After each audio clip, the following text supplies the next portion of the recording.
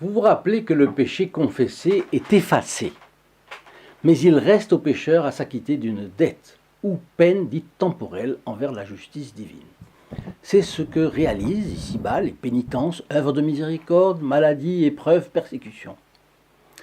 S'il reste une purification à accomplir avant d'entrer au paradis, où bien sûr rien d'impur ne saurait entrer, l'âme du pécheur reste un certain temps au purgatoire. Mais il peut encore bénéficier d'une remise de sa peine en raison du pouvoir confié à l'Église par notre Seigneur Jésus-Christ. Tout ce que vous lirez sur la terre sera lié dans les cieux, et tout ce que vous délierez sur la terre sera délié dans les cieux. Dans notre dernière vidéo, le purgatoire et les indulgences, vous avez vu que Jésus-Christ, sur la croix, a même fait cela avec le bon larron. Je te le dis en vérité, aujourd'hui, tu seras avec moi dans le paradis. Donc non seulement il lui a pardonné ses fautes, le bon larron avait demandé pardon, il avait demandé de se souvenir de lui dans le ciel, mais il lui a promis le paradis tout de suite, ou presque. Et c'est la première canonisation de l'histoire.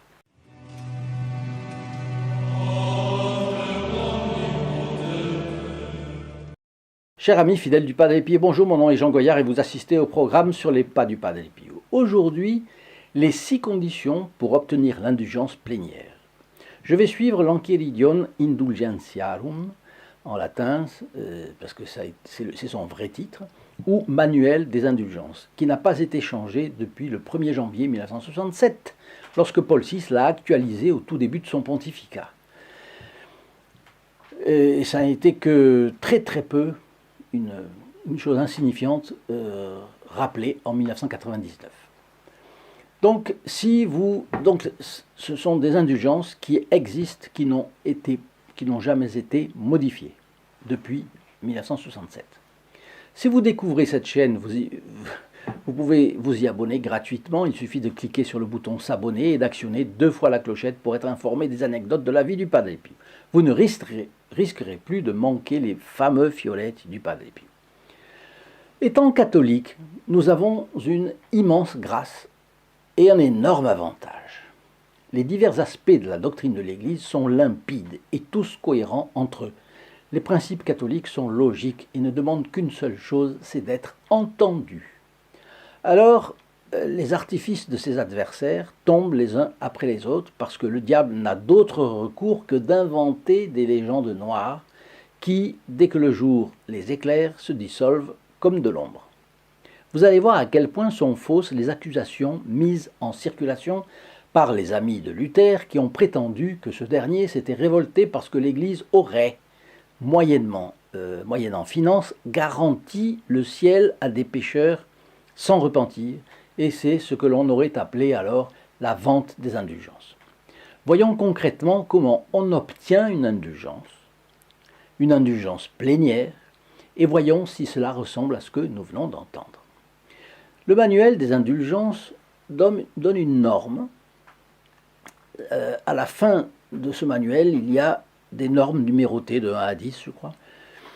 Et la numéro 2 dit la chose suivante. L'indulgence est partielle ou plénière selon qu'elle libère partiellement ou totalement de la peine temporelle due pour le péché.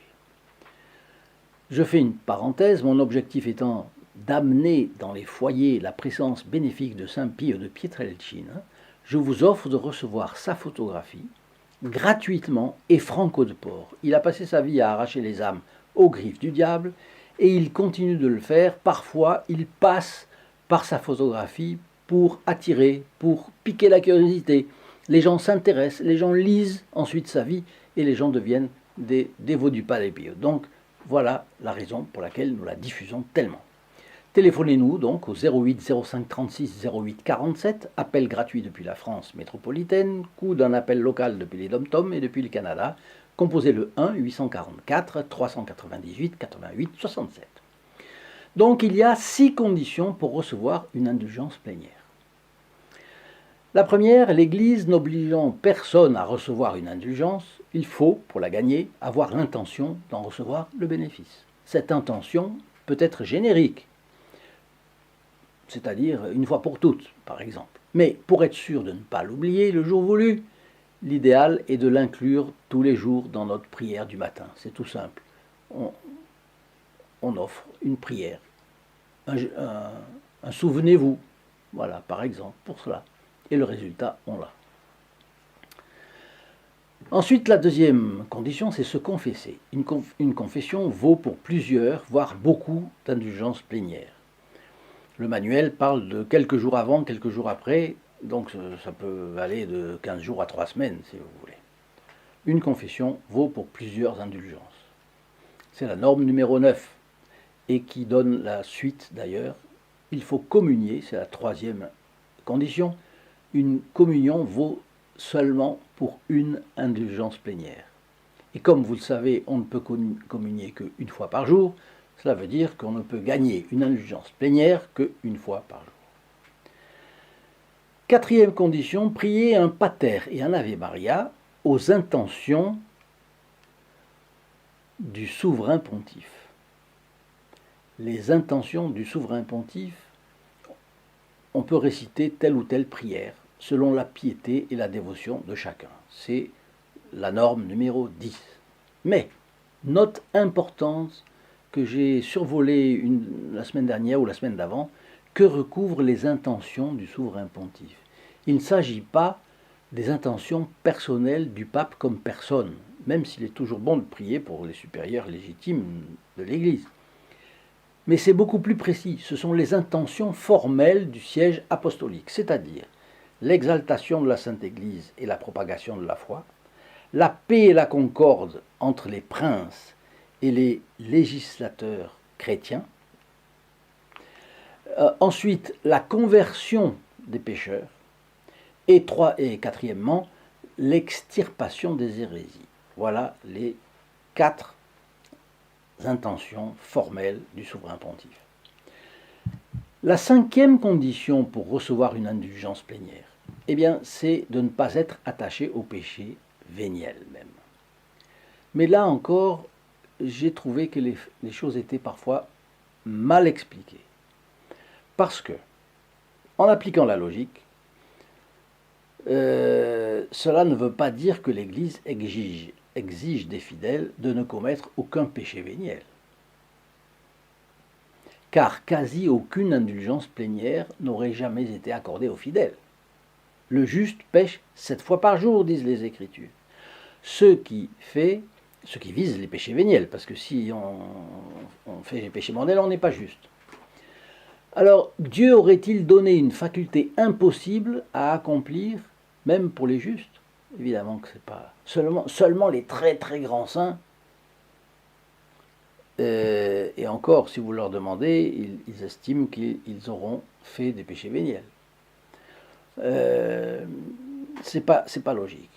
Dieu n'aurait pas demandé l'impossible, et surtout Dieu n'est pas janséniste.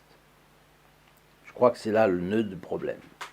Donc, ne pas être attaché au péché, même véniel, veut dire que nous ne devons pas vouloir être attachés au péché véniel, ou plutôt, nous devons vouloir ne pas être attachés au péché véniel.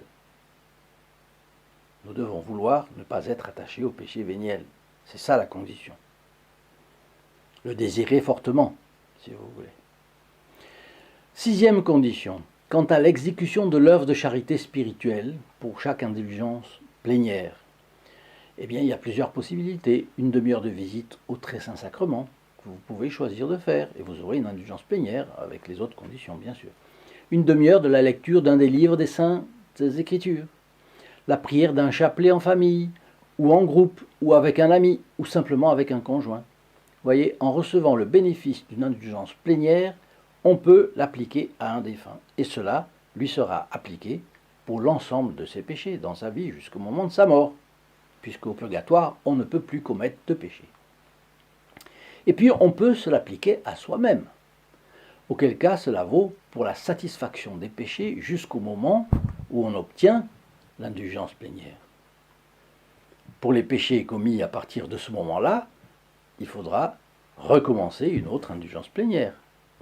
C'est pas de dire je fais une indulgence plénière et puis après je me désintéresse de mon salut, c'est pas sérieux. Vous voyez que les indulgences n'ont rien à voir avec la formule « j'accomplis une formalité, je donne éventuellement de l'argent à l'Église et je me conduis ensuite à ma guise ». Mais je ne peux pas m'empêcher de faire un rapprochement avec une formulation, un conseil que donnait Martin Luther, et qui est vraiment... Alors là, quand on sait qu'il disait ça, et en même temps il critiquait l'Église, c'est fort. Il disait, péchez, à ses amis, allez-y, péchez fortement, mais croyez plus fortement encore. Moyennant quoi, ils seraient quittes avec leur conscience. Avec Dieu, c'est un peu plus complexe, je crois. Je me demande si finalement il n'accusait pas l'Église d'une faute qu'il commettait lui-même. En tout cas, les indulgences n'avaient rien d'un blanc-seing donné par l'Église pour ceux qui lui auraient donné de l'argent. Voilà. Alors il y a 2 précieuses normes supplémentaires dans le manuel des indulgences, et je m'en voudrais de les omettre. Et je vous les donne. C'est la norme numéro 11 de la conclusion. Les évêques peuvent permettre aux fidèles de leur diocèse, qui habitent un endroit où il est impossible de se confesser et de communier, de gagner l'indulgence plénière sans confession ou communion, à condition d'avoir un cœur contrit et qu'ils aient l'intention de recevoir ces sacrements dès qu'ils le pourront. On peut donc présenter cette demande à l'évêque en lui écrivant. Et vous voyez comme c'est. Un protégé du pas d'épi, ou m'écrivait un jour en disant « mais voilà, je suis isolé, je ne peux pas me faire conduire, le taxi est trop cher, etc., c'est loin, alors que je ne peux pas communier, je ne peux pas avoir d'indulgence. » Non. Vous voyez que là, la personne a condition de dire « non, dès que je pourrai, j'irai à la capitale de la préfecture, à la capitale, là où il y a la possibilité de se confesser et de communier, j'accomplirai cela, je me confesserai, je communierai, à condition de promettre cela, alors elle peut aujourd'hui, dès aujourd'hui, être chez elle, dans la campagne, et obtenir l'indulgence plénière tout de même. Et puis, la norme numéro 18 de la conclusion dit la chose suivante. En communion tous les jours, vous pouvez obtenir une indulgence plénière par jour. Mais, en plus, le fidèle, qui au long de sa vie priera habituellement, une fois par semaine ou une fois par jour, une prière comme l'anima Christi, c'est-à-dire âme du Christ, pardon, âme de Christ, sanctifiez-moi, vous la connaissez, vous la trouvez dans tous les manuels, ou n'importe quelle autre prière de son choix, en présence d'un crucifix, mais ce n'est même pas obligatoire, c'est recommandé, ce fidèle recevra une indulgence plénière au moment de sa mort. Donc, il aura peut-être eu une indulgence plénière tout au long de sa vie, le jour de sa mort, il en aura 2, celle habituelle plus celle de sa mort. Vous voyez comme c'est. Bon. Voilà tout ce qui fait dire au père Léo XIII, dans son livre « La foi expliquée », j'ouvre les guillemets, il dit la chose suivante, « Quand on considère le grand nombre d'indulgences plénières que l'Église met à notre disposition, il est évident que si nous avons à souffrir au purgatoire avant d'entrer au ciel, ce sera doublement de notre faute. Les indulgences plénières sont si nombreuses et les œuvres pour les obtenir si faciles à faire que seule la paresse spirituelle la plus irresponsable peut nous conduire à les négliger ou les ignorer. » Alors, je vous laisse sur cette très jolie conclusion, et ce que j'espère de tout mon cœur, c'est que vous accomplissiez rapidement, vous gagnez une indulgence plénière, moyennant un petit effort, et comme cela, nous serons heureux de nous retrouver au ciel, vous et moi, quand on aura fait plusieurs indulgences plénières, peut-être, on en a gagné plusieurs. Et voilà, je vous souhaite une très bonne journée, et je vous dis à la prochaine vidéo. Au revoir. In nome del Padre, del Figliolo e dello Spirito Santo, e così sia. Sia lodato Gesù e Maria, oggi e